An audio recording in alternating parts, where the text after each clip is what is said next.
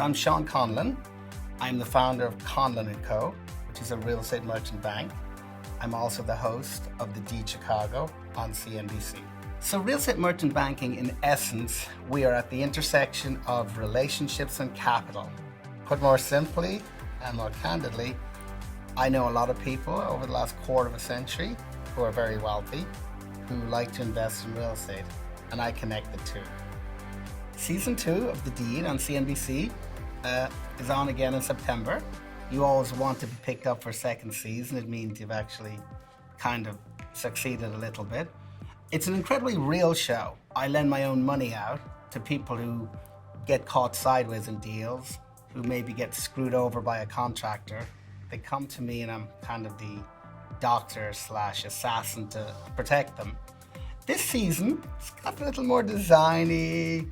I'm not going to say Property Brothers, but bigger houses, prettier houses, but it's still the same fundamentals. There's some awful general contractor who's screwing over a wonderful couple and they're going to lose all their money, and they come to me and I personally lend the money out. So it's quite lively, it's a lot of fun. In addition to lending money to these people on these projects that are in trouble on the D Chicago on CNBC, I also then give them guidance, I coach them, I walk them through the whole process. There's a couple of situations where we just came in, we took the project over, we finished it. So we do a lot. And I will tell you, most of those people will tell you when they're done, they've learned a lot. The same challenges that have existed for millennia, it's always people. There can be any sort of outside external issue if you have a great team internally. So challenge is I've been focusing on building a really good team, which I feel I'm doing. But your challenges are always matching up the right person with my peculiar personality, which is slightly intense. I have a culture that tends to be solely based on merit. I don't hire people based on their resume or CV, as we would call it. I don't hire people because they went to Ivy League schools. I hire people, some of it is intuitive and sometimes I'm wrong, but I like people who self-star and show initiative and want to be something. Now I have had my share of Ivy League and MBAs from the University of Chicago and Wharton, Harvard and Yale. I've had all of them.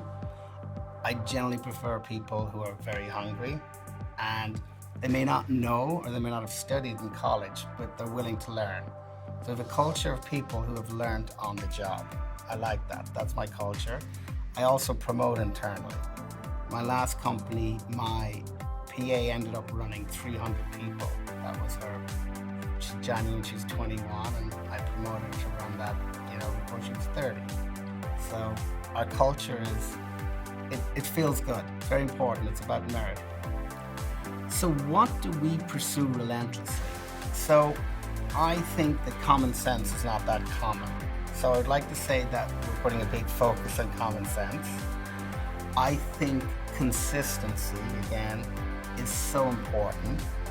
I think communicating is incredibly important.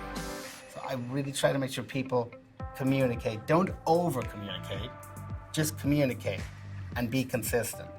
I think that gives us some level of excellence. Everybody's looking for a silver bullet, but if you followed a few key basics that have been around for millennia, you'll be great.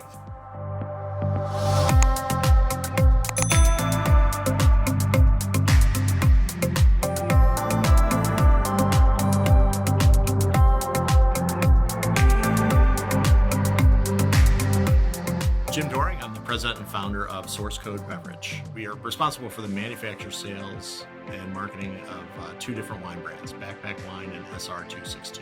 The biggest challenge we experienced was early on, we were really trying to work through our manufacturing processes, and we had some wines that weren't great. We were very early in the canning industry. We were the 4th canned wine out there.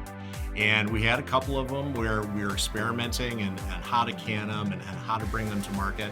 And the actual product itself was not as good as we wanted. And we actually had to go back and do another production run and replace product and make sure the best stuff we could actually put in the can was in the can and out there available to consumers. But it was a learning process. It wasn't like it was, hey, we knew stuff was bad right off the bat. It gets out in the market and then you try one and something's not quite right and you have to kind of work your way backwards through the issue and through the shipping lanes and through the manufacturing process to figure out what went wrong, why, and then fix it. So it was very challenging for a young company, but we got through that battle early on, and now are very confident with the products going forward. So what we changed was on the production side, just kind of how we look at everything as a whole. You know, what steps are we taking?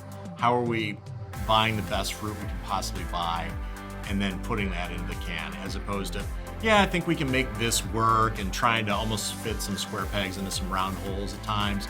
You know, our original rosé, we actually used a Pinot Gris base with a little bit of Sangiovese to kind of, you know, to make it blush. And instead, we're like, you know what, a classic rosé is made out of 100% Syrah.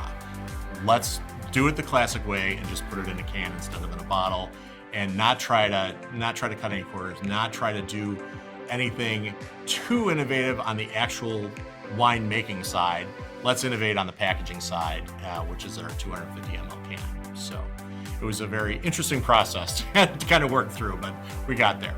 You know, the one lesson from all that was be flexible, have great partners that understand that agriculture is agriculture. It's that, you know, it is not controlled by you as much as you'd like to think. And really stick to your core principles and do the best job you can at every level. And I think we had our packaging right, we had the can idea right, the trend in the industry is there, and our very first wine, we stumbled a little bit on the actual wine product. And once we got through that, it's been off to the races since. So I've been lucky enough to get a couple of great pieces of advice on business throughout my career. First of which is have great partners, and not just guys that provide financial support. I have three great guys behind me that they're financially stable. They understand not only business, but a startup and what it takes to get a startup from that lumpy startup phase all the way into a fully functioning business. And it's a different road than taking over a business that's doing $20 or $30 million and growing it. Getting it from zero to those next levels are all monumental tasks, and you have to have guys that really understand that. The other thing is to have partners that have access and depth of knowledge in areas that you don't at a way higher level. And you know, one of my guys is an accountant. He understands, he's been a CFO, he understands numbers better than I do, without question. One guy is marketing. He thinks in marketing, that's all he thinks about. And the other guy is more of a really big picture guy that helps push me to improve products, develop new brands, and keep things moving forward. And I really need all that as the president and one of the founding partners to keep the ball moving, so to speak. And we don't have to go outside of our group to kind of figure stuff out. We can meet as the four of us and all get that stuff ironed out and keep things moving forward. On the personnel side, you know, I was told years ago, and I think it holds true this day, is hire people better than yourself. And that's, you have to. I mean, I can sell very well. Our salespeople can sell way better than me, you know, and I just do it different. You know, I do it differently. We were able to pick up one of our top competitors, top salespeople early on. And this person knows how to sell canned wine, knows what's going on, you know, understands the business, understands how to get there. And we hired another person that was out of our industry altogether and came in and just understands the long sale, you know, understands how to develop those relationships over time and how to close a big stadium deal and those kind of things. So those have been really helpful factors, and just have those people that are better than you at a particular spot in your organization, hire them and get them in there and keep them there.